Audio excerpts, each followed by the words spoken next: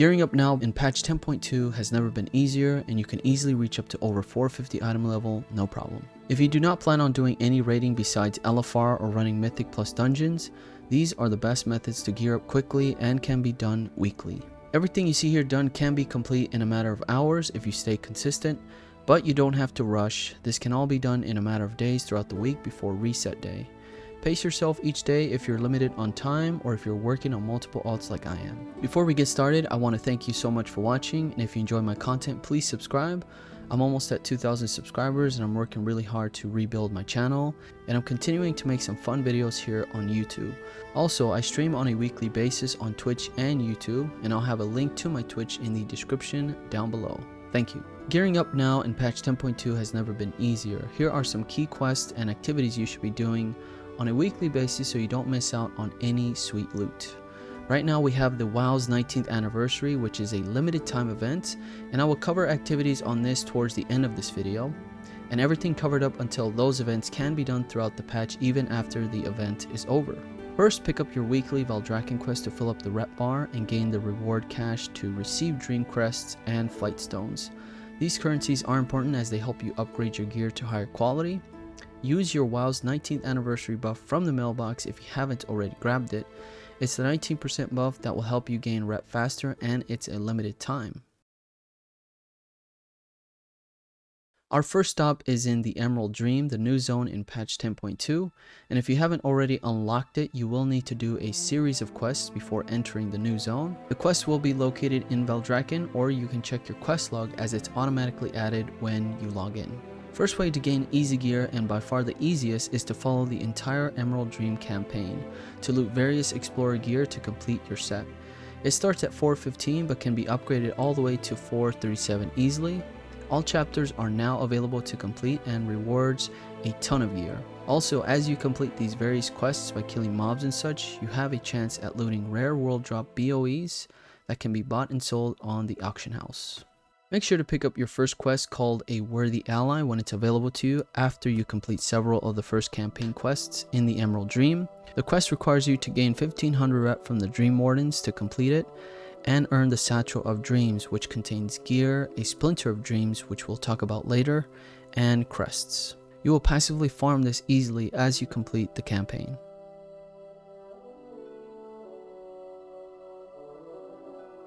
The second most important quest is Blooming Dream Seeds, and I'll talk about this later.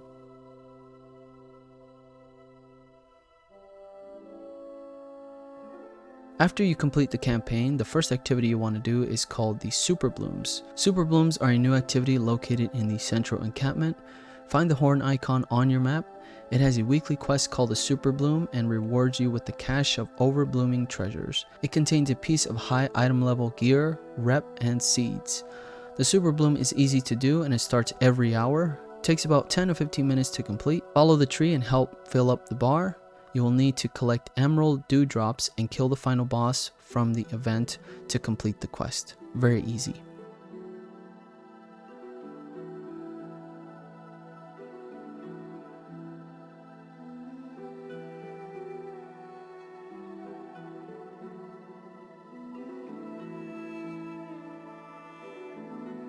Next, you can kill the new world boss in the Emerald Dream.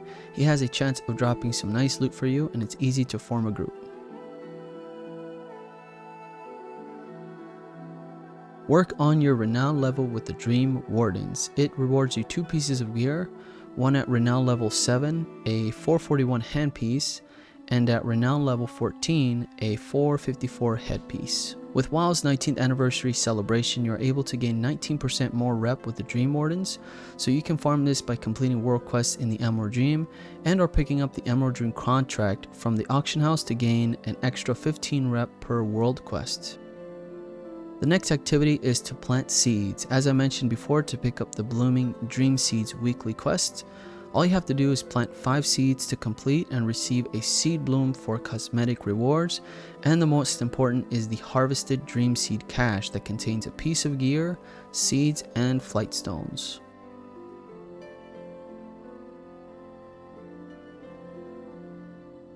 Lady Moonberry will have a quest for you to gather a splinter for her in exchange for 2.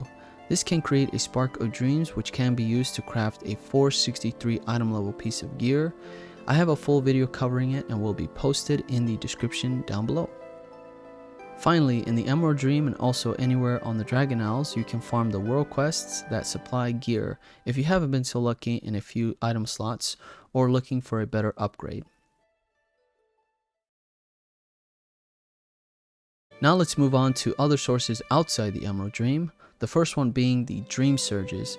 In the 4 main zones of the Dragon Isles, a Dream Surge will occur every week.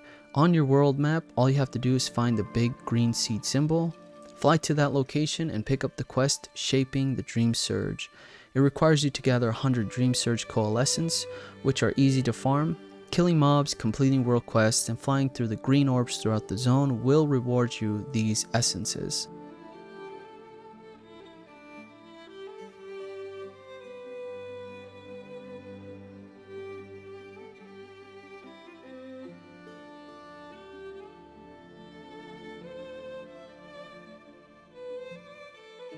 Completing this quest will grant you a Dream Surge cocoon and allow you to purchase an adventure gear starting at item level 428 from the same quest giver. You can also use your essences you just collected to buy a lower level gear. Explore from the vendor called Celestine next to the quest giver. 100 essences will give you any slot gear except trinkets at item level 415. You can continue to farm these essences throughout the zone to purchase more gear if you like.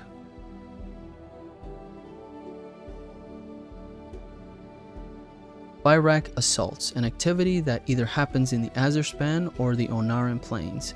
Looting the chest from this event can reward you the 428 adventure gear through the world quest. This does take some time though, as you will need to defeat the Forge Master to obtain 3 keys to open the chest.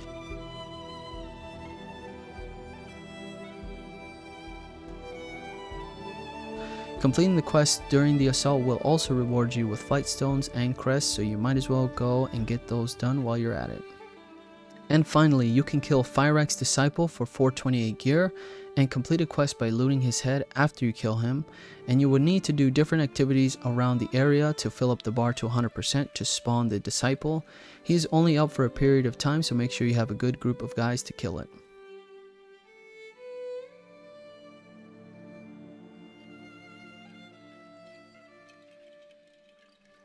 Time Rifts.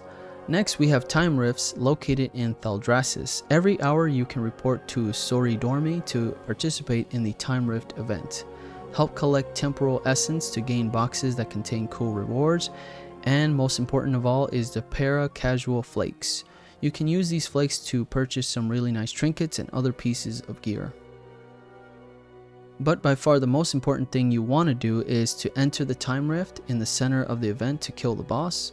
Killing this boss will reward you the Dilated Time Pod, which is a currency used to buy 428 adventure gear. I recommend using these pods to purchase the very useful trinkets or a weapon if you haven't already got one.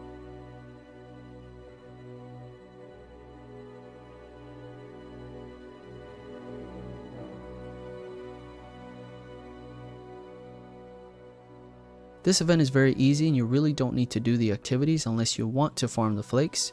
You can AFK and wait for the portal to open in the center and get your dilated pod. The treasures are given to everyone as long as you stay in the area during the entire event. Opening the treasures will give you a chance at an encapsulated destiny, which guarantees a reward after you kill the final boss of the event. You have chances on mounts throughout this event and can purchase them with the flakes as well, so keep that in mind. You can also complete the weekly quest called The Time Needs Mending by Zyrodormi that rewards more flakes and rep.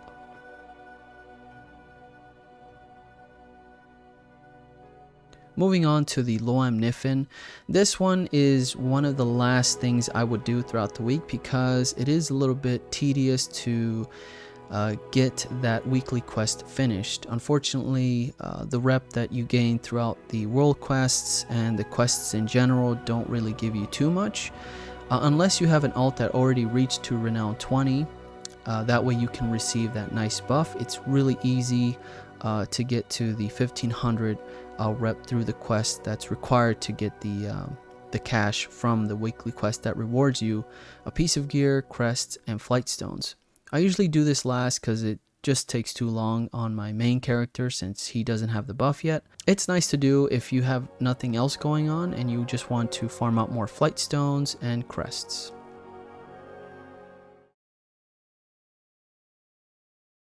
Now my final tip for this entire guide is to do LFR.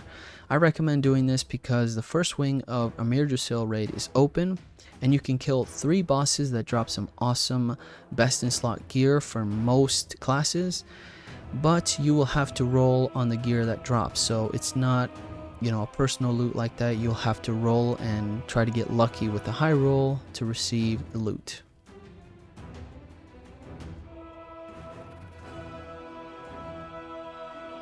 It doesn't hurt to queue up either. It takes less than an hour to do if you're in a good group. Not only that, but if you kill 2 bosses, you will have a slot open in the Great Vault on reset day.